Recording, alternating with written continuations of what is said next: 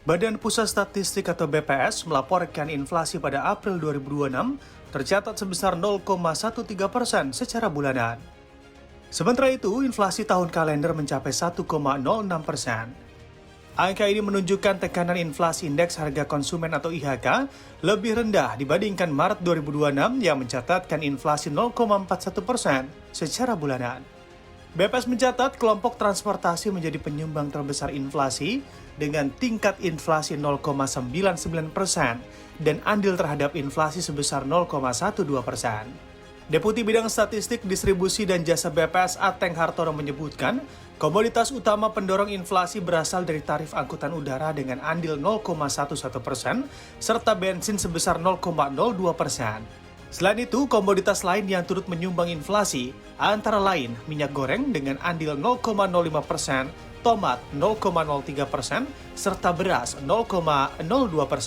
Sementara itu, inflasi inti diperkirakan berada di level 2,40% secara tahunan. Sebagai perbandingan, pada Maret 2026 inflasi bulanan tercatat 0,41% dengan inflasi tahunan 3,48% dan inflasi inti 2,63%.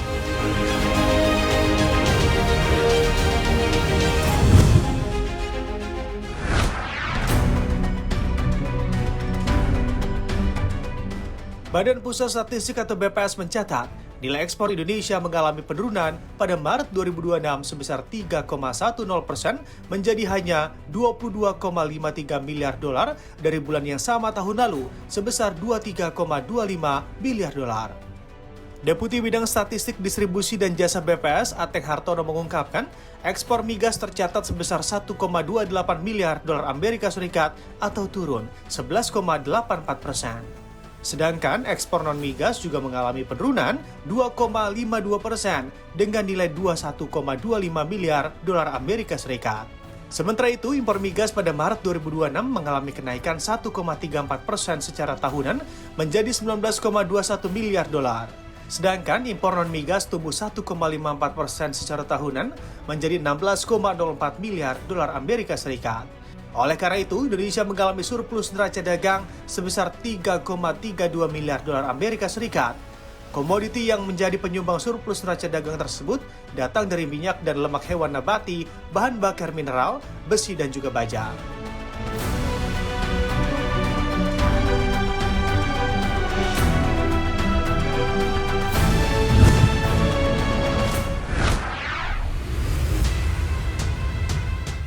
PT Pertamina Persero resmi menaikkan harga bahan bakar minyak atau BBM non-subsidi di seluruh SPBU per 4 Mei 2026. Kenaikan terjadi pada sejumlah jenis BBM, di antaranya RON 98 atau Pertamax Turbo, serta produk diesel non-subsidi. Untuk wilayah DKI Jakarta, harga Pertamax Turbo ditetapkan menjadi Rp19.900 per liter, atau naik dari sebelumnya Rp19.400 per liter. Sementara itu, Dexlite juga mengalami kenaikan menjadi Rp26.000 per liter dari sebelumnya Rp23.600 per liter. Pertamina Dex turut naik menjadi Rp27.900 per liter dibandingkan sebelumnya Rp23.900 per liter. Di sisi lain, sejumlah jenis BBM lainnya tidak mengalami perubahan harga, di antaranya RON 92 atau Pertamax, Pertamax Green 95, RON 90 Pertalite, serta solar subsidi yang masih ditetapkan dengan harga sebelumnya.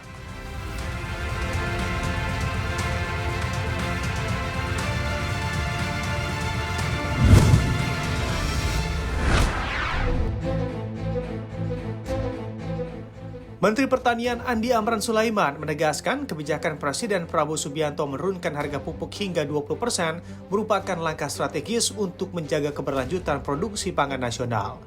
Menurut Amran, kebijakan ini juga menunjukkan kemampuan Presiden dalam membaca situasi global terkait potensi krisis pupuk dunia. Sejak Februari 2026, konflik di Timur Tengah menyebabkan penutupan Selat Hormuz yang merupakan jalur penting perdagangan pupuk global. Di saat yang sama, China menghentikan ekspor pupuk nitrogen utama yang memperburuk pasokan global. Dampaknya, harga urea dunia melonjak lebih dari 40% dalam hitungan minggu dan mengancam produksi pangan di sejumlah negara, termasuk Asia Tenggara. Merespon kondisi tersebut, pemerintah menyiapkan langkah struktural. Di sisi distribusi, pemerintah memangkas 145 regulasi pupuk melalui instruksi Presiden. Selain itu, akses pupuk juga dipermudah melalui integrasi berbasis KTP serta perluasan jaringan kios hingga ke tingkat desa. Pemerintah menargetkan seluruh kecamatan sentra pangan dapat terjangkau sebelum musim tanam gadu 2026. Kementerian juga memperluas akses pupuk bagi lebih dari 16 juta petani. Sedangkan di sisi hilir, pemerintah menetapkan harga pembelian pemerintah atau HPP gabah sebesar Rp6.500 per kilogram.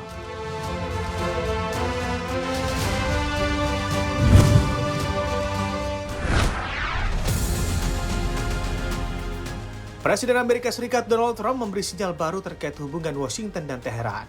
Trump menyebut pembicaraan dengan Iran berjalan sangat positif di tengah ketegangan akibat konflik yang memblokir Selat Hormuz. Trump menilai negosiasi yang sedang berlangsung berpotensi menghasilkan kesepakatan yang menguntungkan semua pihak.